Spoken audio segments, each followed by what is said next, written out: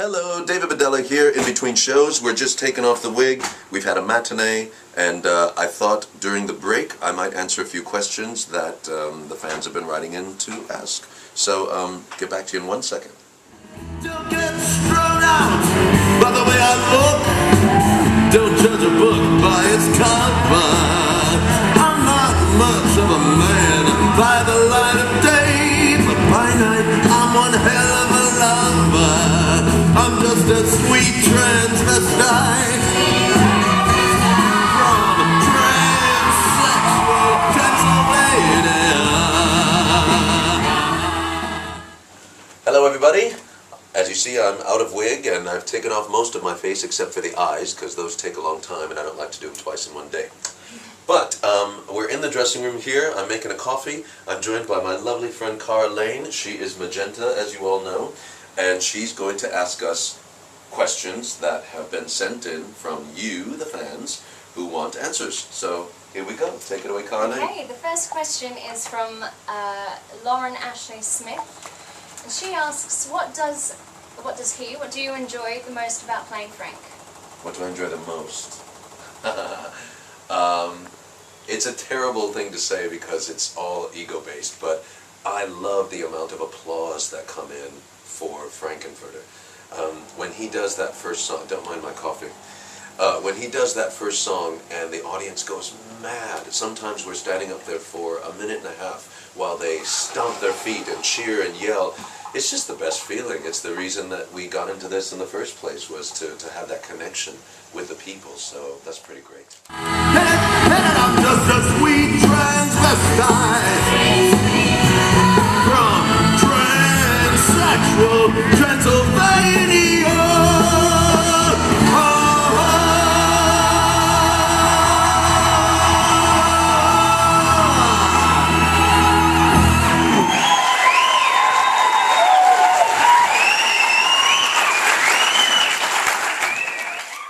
Look, before we move on, you gotta see this latte I just made with my own Tassimo.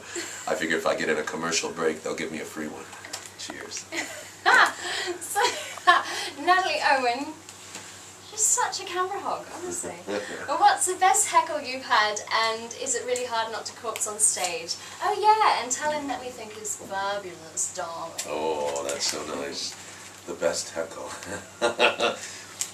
I hesitate to tell you because I know that there are fans out there who will hear it and say, I'm going to be the one to scream it the next time we go see the show. This is not an invitation to use it in the show, okay? I'm going to know it's you. There was one day that we reached the point when Riff Raff comes in and sings Frankenfurter, It's All Over, Prepare the Transit Beam, and I scream, wait! And one day someone from the audience screamed, I haven't come yet!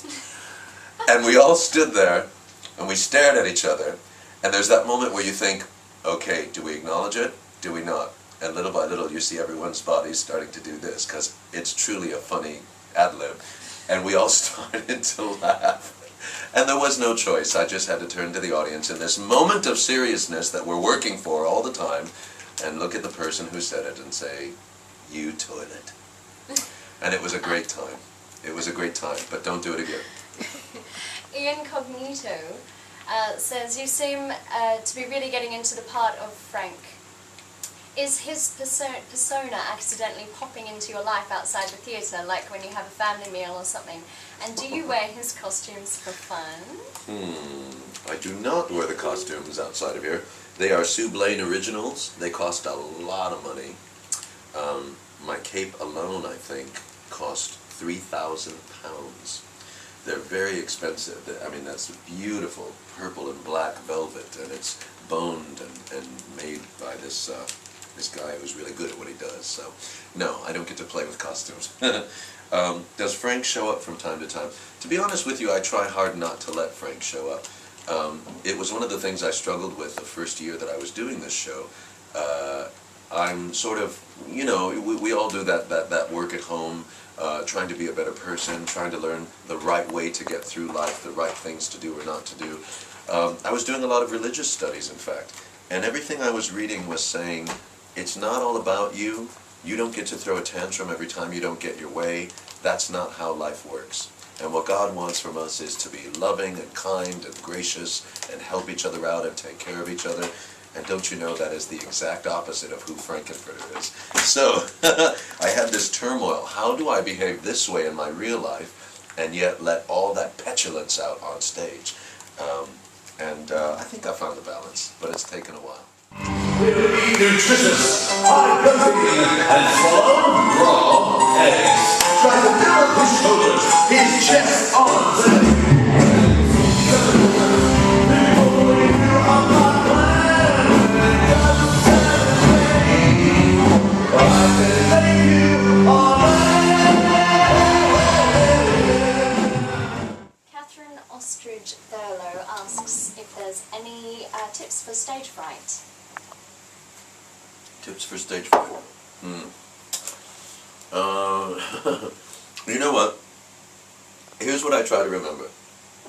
Oftentimes, the stage fright comes right before you get on stage. It's when you're standing in the wings and you're ready to go, and your heart starts pounding like mad, and that voice in your head says, oh my God, why am I doing this? I'm not good enough. What am I doing here? How did I get here? All of that stuff goes on. I try to remind myself that there is a reason you're here.